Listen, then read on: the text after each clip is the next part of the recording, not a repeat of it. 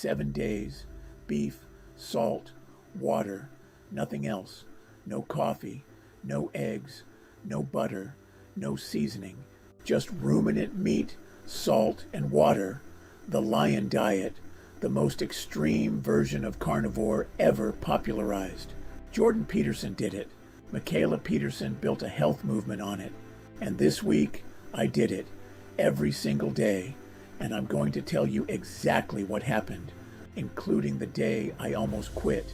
Before we get into the daily diary, let's be clear about what the lion diet actually is, because it's not the same as standard carnivore. Standard carnivore allows any animal product, beef, pork, chicken, eggs, dairy, seafood. The lion diet is the strictest possible subset, ruminant meat only, primarily beef, salt for electrolytes, water, that's it. No dairy, no eggs, no pork, no fish. The reasoning, maximum elimination. If you're dealing with autoimmune issues, inflammation, or mental health struggles, this strips everything back to the absolute baseline to identify triggers. It was popularized by Mikhaila Peterson, who credits it with reversing a debilitating autoimmune condition. This is not a weight loss gimmick. This is a clinical elimination protocol. Day 1, I was pumped. Cooked 2 pounds of ribeye, no seasoning except salt.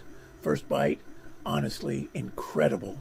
You forget how much flavor beef actually has on its own. Day 1 was easy. Day 2, different story. The cravings hit, not for food exactly, for variety, for coffee, for something different in my mouth. I pushed through. Day 3 is when things got weird in the best possible way. I woke up and the brain fog was gone, like someone wiped the windshield. My thinking was sharper than it had been in weeks. I didn't expect it that fast. That's the moment I knew this challenge was going to be something. Day 4, something unexpected happened. I realized I had spent 0 mental energy on food that day. 0. No planning what to eat, no reading labels, no negotiations with myself. Just beef when I'm hungry, water, salt, that's it. There's a kind of freedom in that I didn't anticipate. Day 5 hit me like a wall. I woke up tired.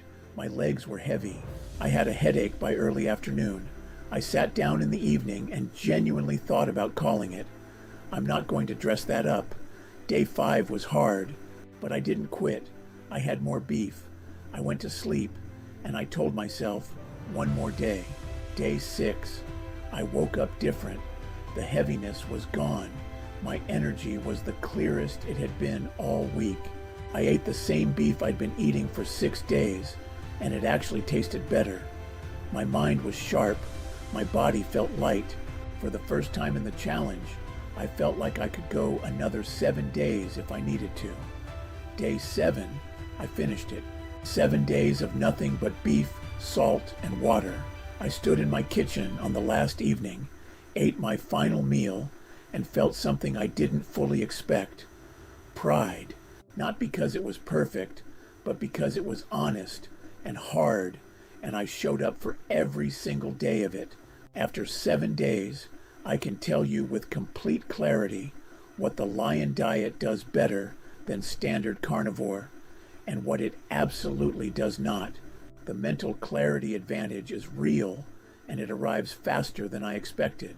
The simplicity is genuinely liberating, but the monotony is also real. By day 4, I would have paid money for a fried egg, and the social dimension of this diet is nearly impossible. You cannot eat out. You cannot eat at someone's house. You are fully committed to your own kitchen.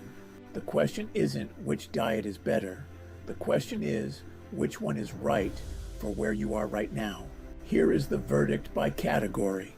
Mental clarity, lion diet wins. Long-term sustainability, standard carnivore wins. Elimination protocol for autoimmune or inflammation. Lion diet wins. Variety, standard wins. Cost, lion wins. My recommendation, if you are dealing with active inflammation or need a hard reset, do the Lion diet for 30 days. Otherwise, standard carnivore gives you everything you need. The full 10-category comparison is in the description below. Have you ever done the Lion diet, or would you? Drop it in the comments. I want to know. Subscribe for the rest of this series. And next up, we're talking about the one cut of meat most carnivores are still ignoring: organ meats. See you on the next one, Carnivore family.